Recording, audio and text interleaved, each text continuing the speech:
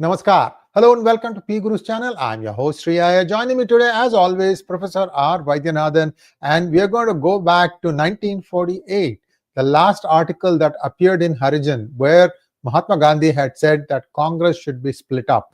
Well, let's welcome Professor RV. Namaskar, sir. How are you? Namaskaram. Vanakkam. Thank you very much. Today we would take up the topic, very important topic, Mahatma Gandhi, Mahatma Gandhi, I'm stressing because there are too many Gandhis floating around in this country. So whenever I say Gandhi, you might mistake. The original Gandhi, you may call it. He actually suggested in an article which he wrote on 29th, he was shot on 30th January. This January mark is there in Delhi. 29th, he seems to have written, suggesting it is time for Congress to consider to dissolve itself and become a social service organization. Because he feared that post-independent, that time we were independent, but there were a lot of things to be done. He feared that Congress could become a party with a lot of, ambitions, and then corruption will come in and all the things. But the next day, he was assassinated. And this article was published 1 week later. That is in the month of February. In his, that time, Harijan it is called. Nowadays, that word is not used. It is supposed to be not a correct word according to this Kanshiram and others. Anyhow, it was published. It is also considered as his last will and testament. But as you know, history, many Congress leaders did not agree with that. The party continued and it contested election in 52, then 57, then 62, and it went on. Point is, Gandhi had a sort of a premonition that the political role of Congress is to end. It should go into social role in terms of Harijan welfare, in terms of women upliftment, so many areas and other things. Anyhow, that didn't take place.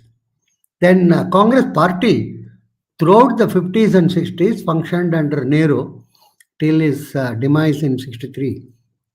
And it went on after that also. And it had its very interesting characteristic in those days. Every state had a state satrap. Atulya Ghosh in West Bengal, S.K. Patel in Maharashtra, then your Morarji Desai in Gujarat, Kamaraj in Tamil Nadu, Nijalingappa in Karnataka, like that. Every state had its own leader. And all these put together were actually running the Congress at the state level. At the central level, of course, it was Nehru. But there is no concept of only high command should decide or anything like that. Most of the state requirements were met at the state level itself. Like Kamaraj used to decide for Tamil Nadu, Atulya Ghosh for West Bengal, like this. But somewhere along the line, this system was not appreciated. When Indira Gandhi took over in 67, she wanted to centralize the party. And this one of the suggestions given by K.R. Ganesh, and K.R. Ganesh prepared an approach paper for revitalizing the party. K.R. Ganesh, some of you may remember, was in the Ministry of Finance, number 2, and he's from actually Andaman. He was a CPI cardholder, and CPI had a policy of working inside the Congress. So Congress had one set of people, Mohan Kumar Mangalam, K.R. Ganesh, and a couple of others who were inside the Congress, but who wanted to revitalize it. While the other group, Mohan Daria, Chandrasekhar, Madalimai, and others were socialist group. They were not very enthusiastic about this centralization policies. Anyhow, Chandrasekhar was in the Congress Working Committee, Central Working Committee, but he was not enthusiastic, so Mohandari also. But somehow Indira Gandhi was fascinated by this idea of central, and slowly all the state satraps were cut to size. They were not, of course, Dayon like Bidhan Chandra Ray passed away in West Bengal. After that, Atulya Ghosh was ruling the roost. She began to get more centralized power in terms of decision making, as well as in terms of removing governments and appointing governors. She was not taking into account, and all these people, Nijalingappa, Kamaraj, and others, were given a acronym called syndicate, and so she has to fight the syndicate. So this started in '67 itself, and there was a huge controversy regarding who should be the new president of India. She actually signed for Sanjeev Reddy the nomination papers, but later she told that you use your conscience and vote for VV Giri indirectly, and VV Giri actually won the election. So that started so the syndicate were sidelined in a sense after 68, and it became a centralized party. That means Indira Gandhi, along with her advisors, would be the primary decision maker in the party, and people like Chandrasekhar and others who were in the Congress Working Committee, they were sidelined. So also Morarji Desai, and so this did not augur well for the party. I would say this is the beginning of the decline of the Congress party. Quite a number of people got disillusioned with this type of centralization. Anyhow, after that, emergency came and all this, so many type of formations were there. And then VP Singh, and she was unfortunately assassinated. And then Rajiv Gandhi took over. It did not work out well for him also. He had his revolt from VP Singh. VP Singh, tactfully used this Mandal recommendation in order to implement to become a messiah of the backward caste. And then he had a small grip over the position. After that, it was chaos actually. Throughout the 90s, you had so many type of government, so many prime ministers like Devagowda, Inder Gujral, all very short-term prime ministers. They all went away. But the party got very weakened in the process because it was highly centralized and not able to win polls.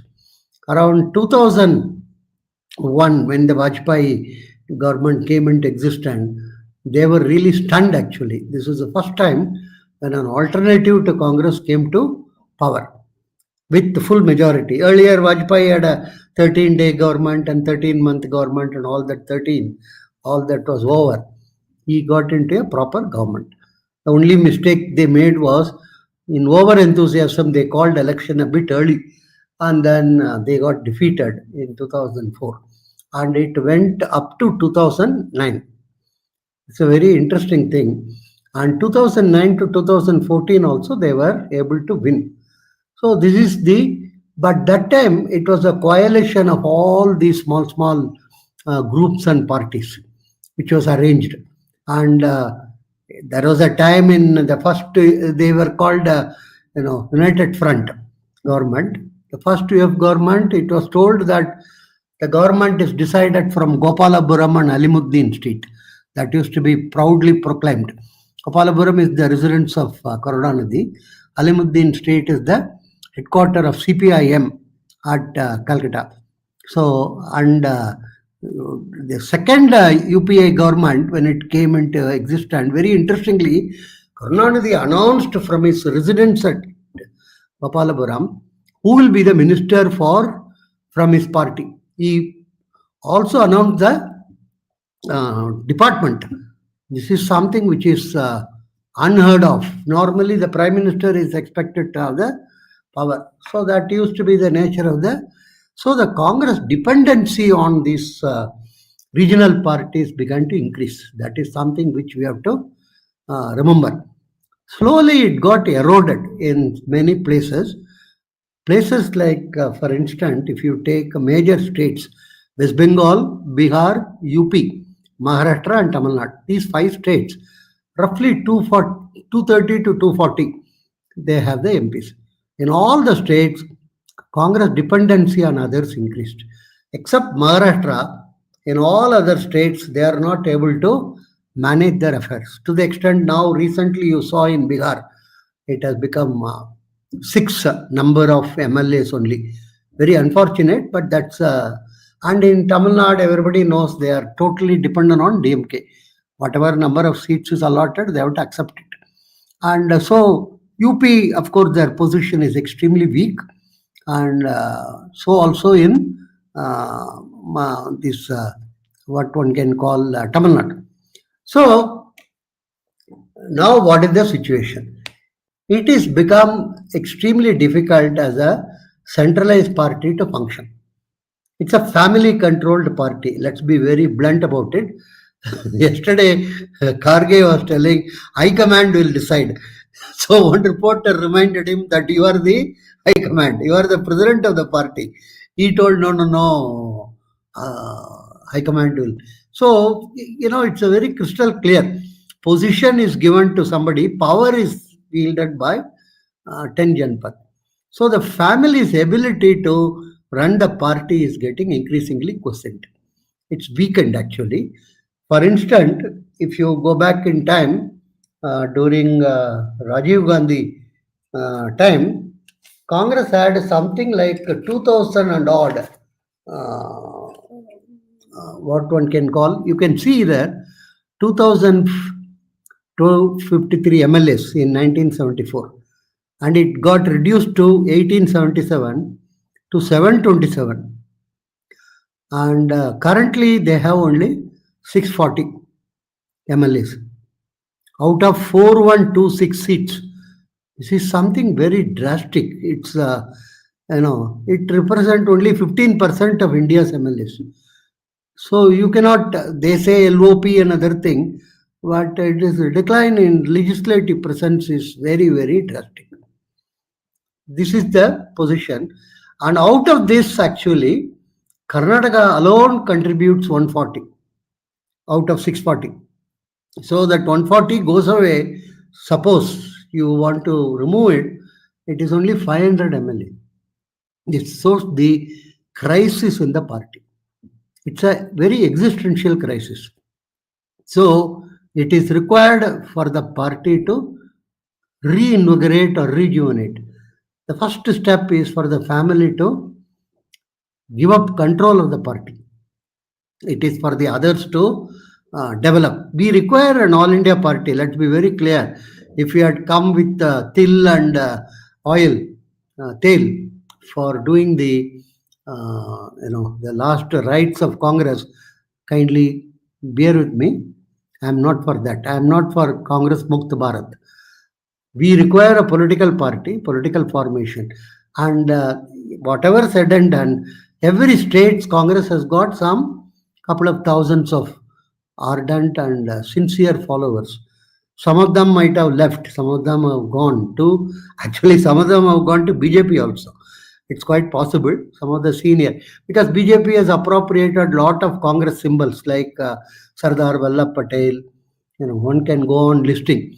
Lot of Congress thing they have taken over or appropriated. So we require a national party, and we require slightly left of center party. Of course, some people say BJP is right of center. I am not in full agreement with that, because I don't think BJP can easily be classified as left or right. They are like your Tajur doll, which moves in any direction depending upon where the power will be. So that's not the issue. We require a party, and I am sure quite a large number of RSS people also would agree with me that we require an all India level party where RSS can play an important role. Let me make it very clear. It is not required only with the BJP. They can, technically speaking, you can be an RSS member as well as being a Congress supporter. There is nothing intrinsically wrong about it or anything. So we have to be very clear. It may take a couple of years. It's not going to be an easy task because the middle level and senior leaders have all been associated only with the family, only with the, and they all seriously, some of them seriously think the family is the glue to the party. This is the word used by one of the chief ministers of Israel, Madhya Pradesh. Not required. A glue can be created, not necessarily in that fashion, by ideas and by actions. So, Congress leaders, there are quite a number of leaders in Congress. There is not, you have Rajasthan ex chief minister, you have ex chief minister of this Madhya Pradesh, Gujarat. If you look at it, very interesting. There were quite a number of other smaller parties in these states. Many of you may not even remember.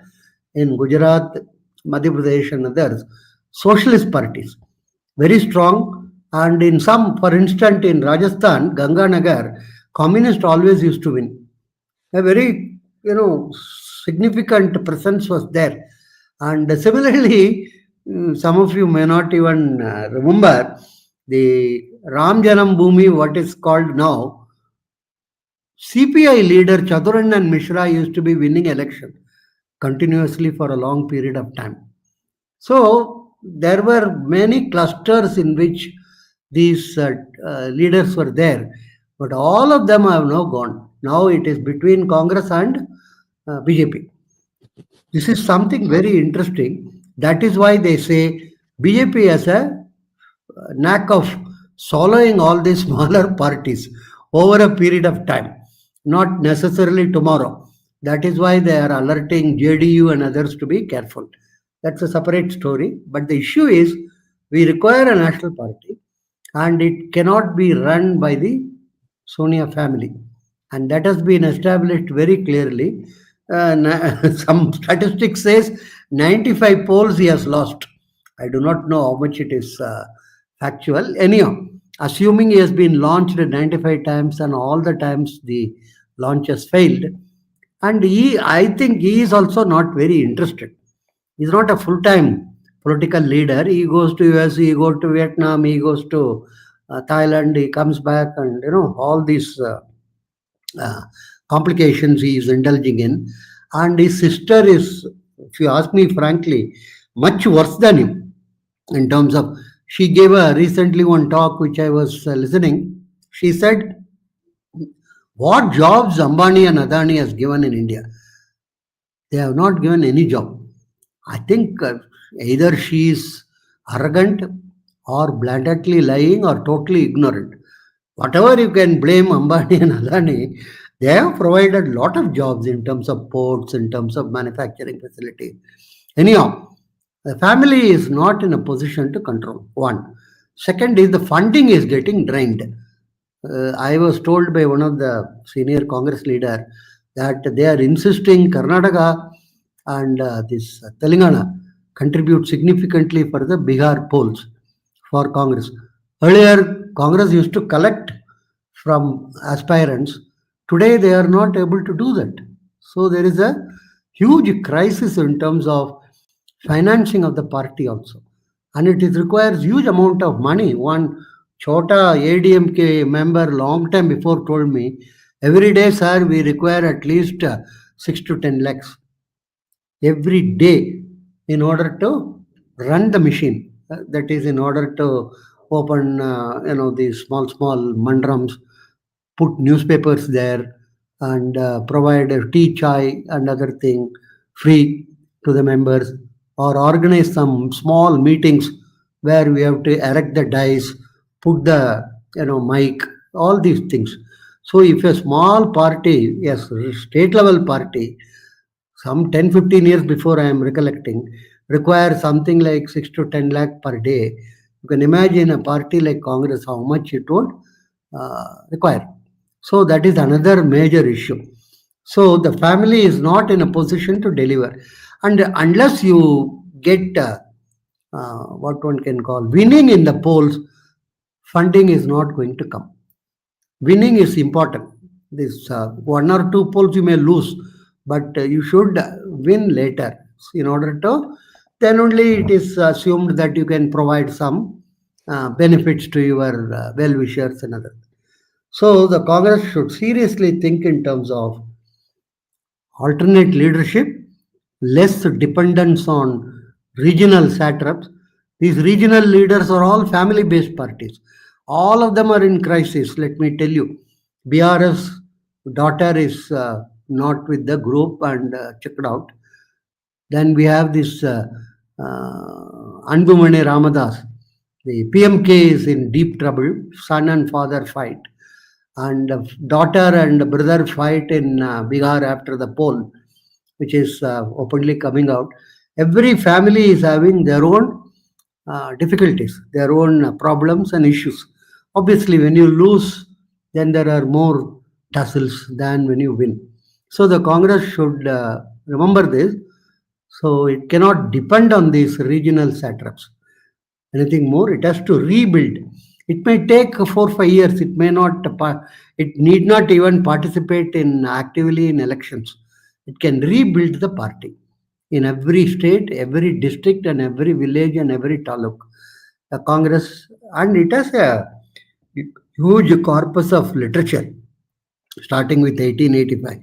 So it has a huge heritage and background. There is no need for it to search for roots or anything. So this is the important thing which they should consider.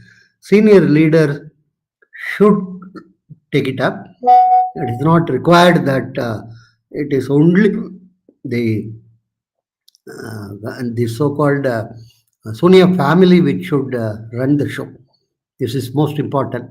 Other second-rank leaders from state should assert, come together, build it. Maybe it may take 4 5 years or 6 years or any number of years. It doesn't matter. Congress is not something which was built in one day or anything. It has a 130 plus history.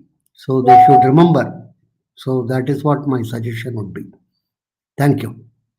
Thank you, sir. Congress starts with the letter C. Corruption starts with the letter C. Conspiracy starts with the letter C. Chori starts with the letter C. Sir, one big thing has to happen before Congress can reinvent itself. I've explained that in this book. See, I don't know if you had a chance to read this book, sir.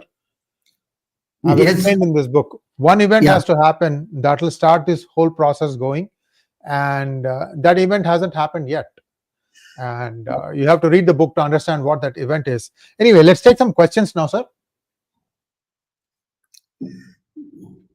Dharani Rohit wants to know, since Congress is surviving on Khan's grace, do we see the first family getting dismantled further in Indian politics? And Italian is bound to hot the final nail, I don't know what hot is, for a party founded by the British.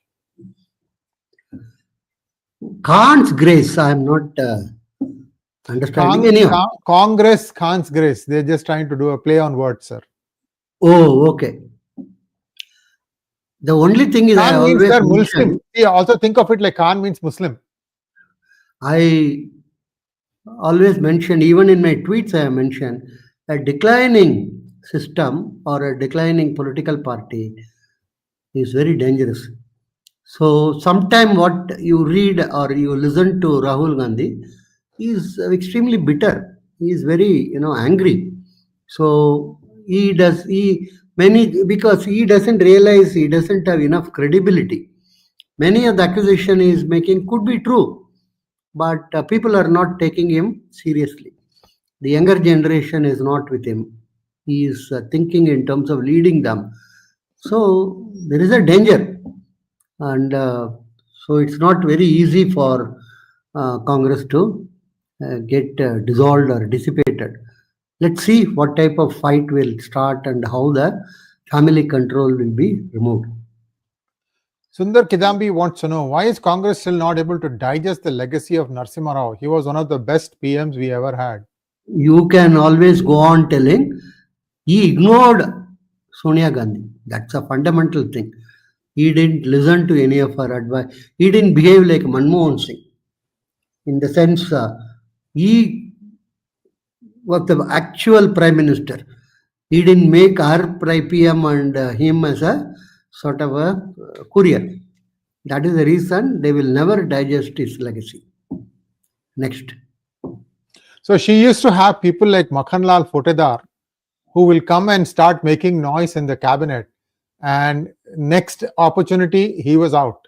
Then there was this guy called Arjun Singh who had dreams of starting his own party, and once he then somewhere something happened, and I think there was some kachamacha, and he left out and he started his own party, but then he died before he could do much with that. Then the third person who was challenging him was Sharad Pawar. When 1993 riots broke out, I think this is what I've been told, and this has not come to the official news, there was a hand of Pawar in this whole thing. It was a fight between Pawar and Dawood Ibrahim on who controls Bombay, this city. And Narasimha Rao has told, look, this is your base. If you don't go back and set it right, then you don't have a future in politics. That's why he went back to Maharashtra as chief minister. He was the defense minister in Narasimha Rao's government. I can tell you a lot of stories, viewers. None of these things will ever see the newspapers, but Narasimha Rao knew everybody. He had everybody's, what do you call kudmi in Hindi, sir?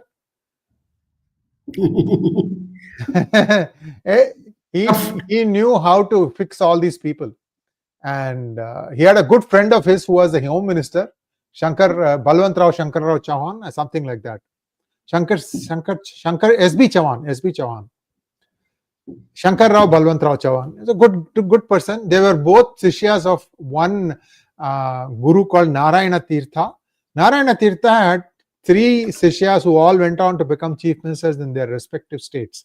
Narasimha Rao, SB Chauhan, and Ashok Patil in Karnataka. Ashok Patil, some Patil. So let's go to the next question. Sir, Professor RV, what do you think of a scenario where Shashi Tharoor is becoming a Congress leader? Can he challenge NDA? No, he can, he did try. I think you may remember last time for the Congress president's election, he was one of the candidates. He opposed the Congress president election opposite to Karge. He got some 80-85 votes. He is not very small, but not very large enough to. But I have my doubts about him being a main force. It has to be a collective leadership. Along with Shashi Tharoor, you cannot have again, let me repeat, one Indira Gandhi type of a system in Congress. You might have a syndicate type of a system in Congress. Okay? Tharoor has got his highfalutin English that might impress some of the educated people. He can't go and connect with the masses in India. Not even close. He will not be able to win outside Thiruvananthapuram. Forget about anything else. Go to Wayanad. Maybe Wayanad, because they hate Hindus so much, they might vote for him. I mean, there are irrational reasons that people use to vote when they vote. And what can I say? People are dumb. I'm sorry to say, not all, but there are irrational reasons why you are voting. Next one, please. Sai Raghavan wants to know, sir, why do you have to do this show when non-leadership itself is, when leadership, is hell-bent on shooting its own foot? It's anyway getting dissolved by itself. Why waste time on this? No. You see, you are mistaking. Congress is not something like, day before yesterday party. That's very important to remember and realize. It has got an history of 140 plus. So, yes, and it has its own ideology, it has its own background, and it could be currently, controlled by coterie or whatever you call it. I don't think it is end of the party or anything. Somewhere or other, it would get rejuvenated. I am very sure about it. Okay? But there's a natural leader who's available, sir. These people have to wake up and smell the coffee. It's not the family. Next one.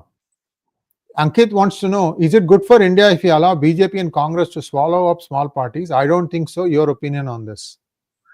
You see, the smaller parties, almost all of them in India today are family based. That is the problem. and their ability to, stand up against national parties is very, With the very. exception of ADMK and CPM, sir, maybe. CPM is, where is CPM? I am No, also trying I to know, I know. locate it. Same thing with the ADMK also, right? I mean, just opposition party So in one state. it's not Yeah. so At the it's not national very, level, no. Yeah. it's not very easy for these family-based parties to, control or dictate, because many of them are involved in shady activities, and they are very easily they can be blackmailed. That is the problem. Okay. What do you mean many, sir? What do you mean many?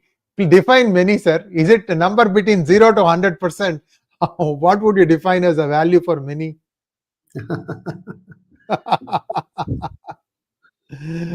Yeah, I'm just joking, sir. Don't take it seriously. Sir, that brings us to a close of today's program. Thank you so much. I hope you like this new format. We are bringing it to you in portrait and landscape mode. And please, as always, send us your comments. It's a pleasure to have Professor RV come and address our audience. And he's going to be available more frequently. And I have sort of told him that 8 p.m. slot, whenever it opens up, be ready. We will have you in case a regular guest is otherwise preoccupied. So Professor RV has kindly consented to that. Thank you once again, sir. Always good pleasure having you on our channel. Namaskar.